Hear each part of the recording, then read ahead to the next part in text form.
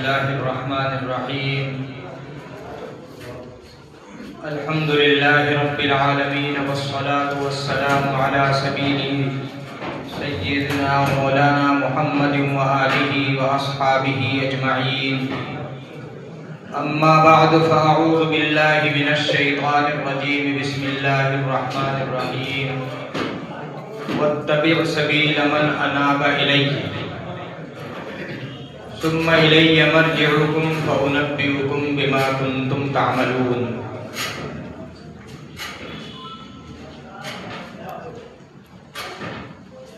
اس مجلس کے صدر محترم حضرت الحاج حافظ الشاہ جمیل احمد صاحب دامت برکاتہم اور اس ادارے کے بانی حضرت الحاج فضل الرحمان صاحب اور اس ادارے کے ناظم حضرت مولانا مفتی عطاء الرحمان صاحب اور آج کے مہمان خصوصی حضرت قاری مولانا محمد یوسف صاحب استاد حدیث اور استاد قرات دارالعلوم دیوبند اور ہمارے استاد گرامی حضرت مولانا الحاج محمد ناظم صاحب قاسمی دامت برکاتہم جن کا ابھی آپ پروقار بیان سماعت فرما رہے تھے. آپ حضرات کے علم میں یہ بات آ چکی ہے کہ آج کی یہ مجلس دو پروگراموں پر مشتمل ہے. ایک تو یہ ماہانہ اصلاحی مجلس ہے، ذکر کی مجلس ہے، انشاءاللہ تھوڑی دیر کے بعد ذکر ہوگا. اور دوسری مجلس ہے حضرت مولانا محمد ہاشم صاحب نور اللہ مرقدہ کے انتقال پر تعزیتی مجلس. تعزیتی مجلس کے دو مقصد ہوتے ہیں.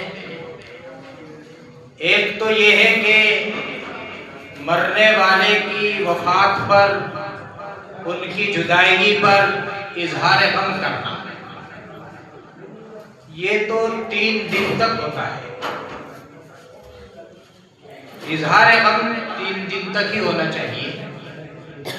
دوسرا مقصد ہوتا ہے جانے والے کے اوصاف بیان کرنا، ان کی خوبیاں بیان کرنا، ان کے کمالات بیان کرنا، ان کی خدمات بیان کرنا، تاکہ ہم اس کے مطابق زندگی گزاریں. قرآن کریم میں ارشاد فرمایا گیا وَاتَّبِعْ سَبِيلَ مَنْ أَنَابَ إِلَيَّ کہ ان لوگوں کی راہ پر چلو، ان لوگوں کے راستے کی اتباع کرو جنہوں نے میری طرف رجوع کیا ہے. یعنی اللہ یہ فرما رہے ہیں کہ جن لوگوں نے اپنی زندگی میری راہ پر چل کر گزاری، میری اتباع میں گزاری، تو تم بھی ان کی اتباع کرو اور ان کے راستے پر چلو، تو پھر تمہارا بھی وہی مقام بنے گا. زمانہ نبوی صلی اللہ علیہ وسلم میں بھی محسن کے اور مرنے والے کے اوصاف کمالات کو بیان کیا جاتا تھا. حضور اکرم صلی اللہ علیہ وسلم نے خود ارشاد فرمایا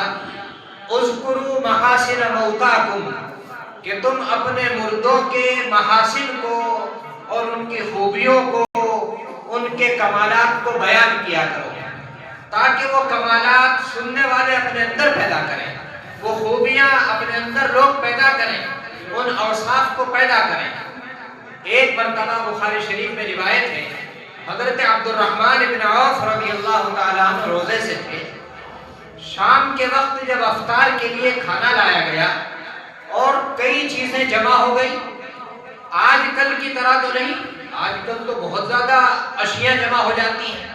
وہاں تو 2-3 قسم کی کھجوریں ہوں گی.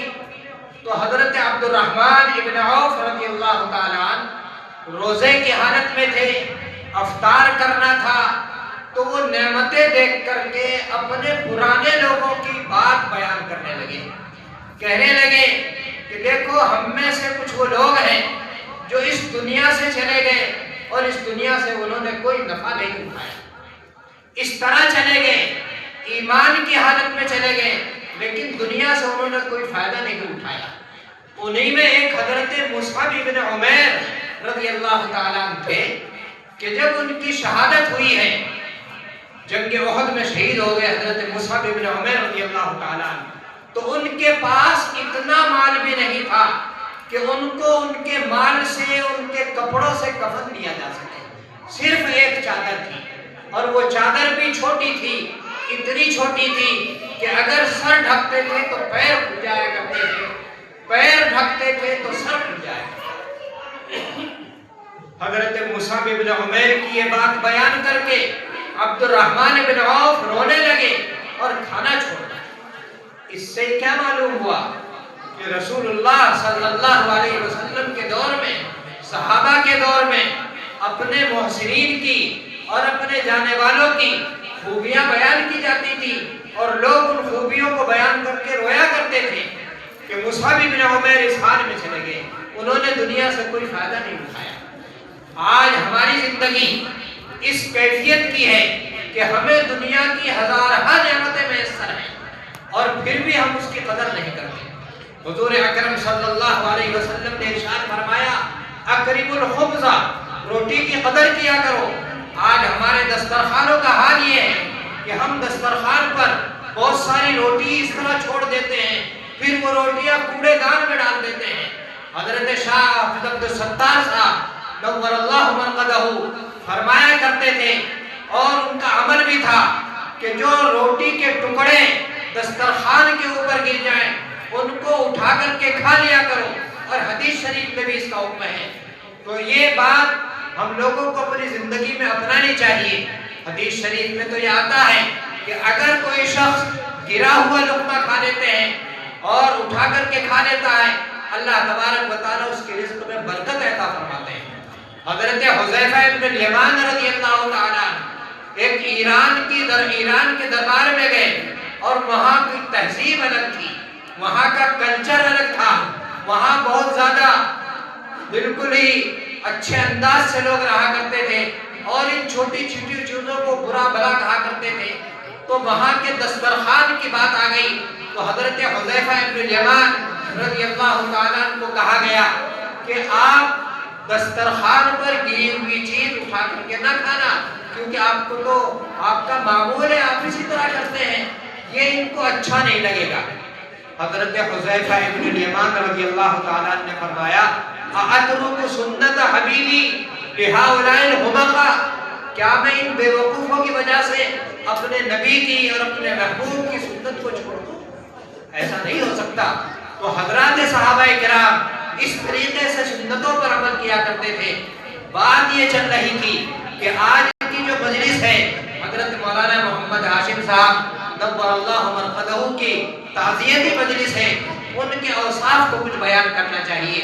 میں نے حضرت مولانا محمد ہاشم صاحب کے ساتھ سفر میں بھی وقت گزارا اور حضر میں بھی وقت گزارا۔ جب سے جامعہ کاشف العلوم میں پڑھنے آیا تھا تب سے ہی حضرت سے ایک تعلق تھا، محبت تھی۔ ہم نے حمد باری ان سے پڑھی اور حمد باری میں حضرت نے بڑی شفقت کے ساتھ اور بہت ہی اس اہتمام کے ساتھ حمد باری پڑھائی تاکہ وہ ہمیں یاد ہو جائے۔ بہت زیادہ اس کے اوپر توجہ کیا کرتے تھے، کبھی کبھی سختی بھی فرمایا کرتے تھے، تو الحمدللہ حمد باری یاد ہوئی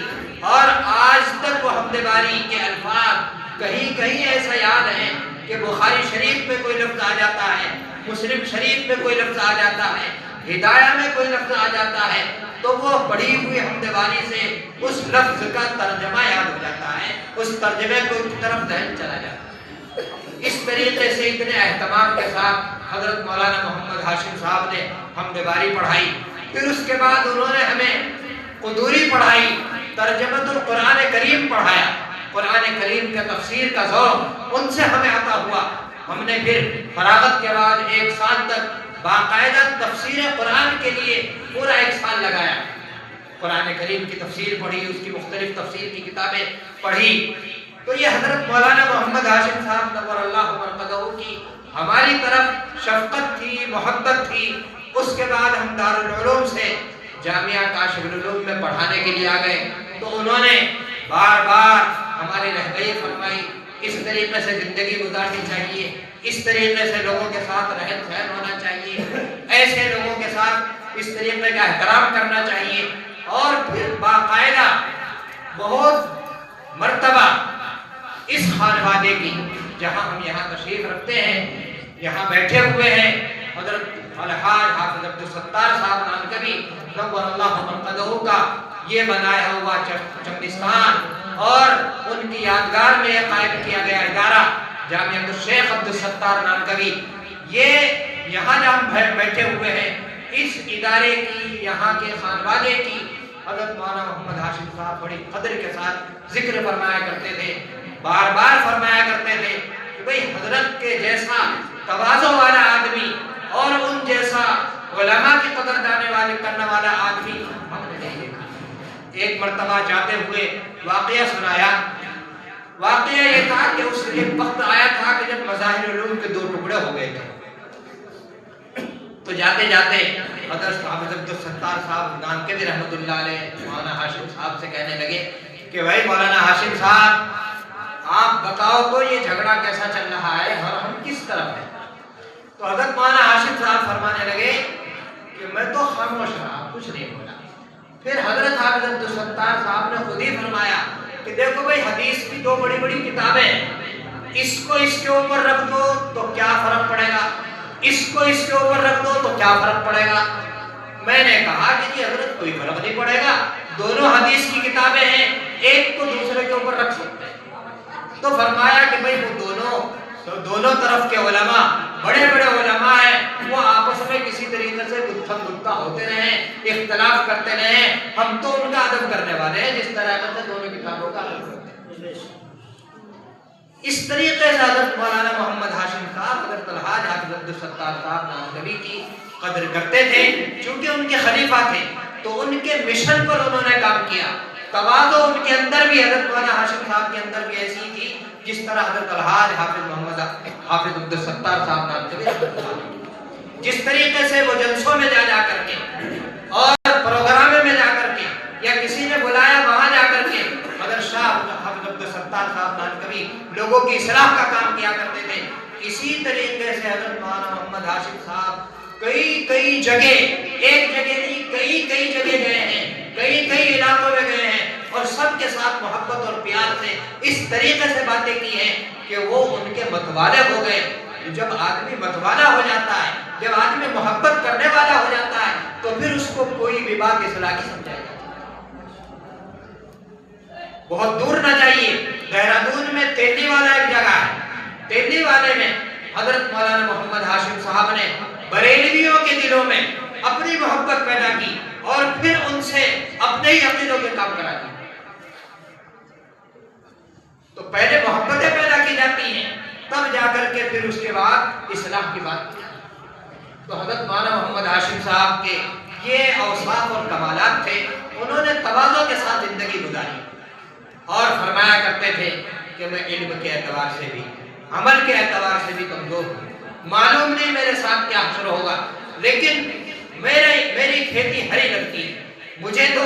اپنے شاگرد ہیں ان کا نام لے دوں گا دربار الہی میں، جب اللہ مجھ سے پوچھے گا کیا لایا ہے دنیا سے، کہہ دوں گا مولانا محمد ناظم صاحب ندوی، مولانا محمد ناظم صاحب قاسمی، یہ مولانا انعام اللہ صاحب، یہ حبیب اللہ، اور یہ اس طریقے سے دوسرے لوگوں کے نام لیا کرتے تھے، ان کا نام لے دوں گا کہ میری کھیتی۔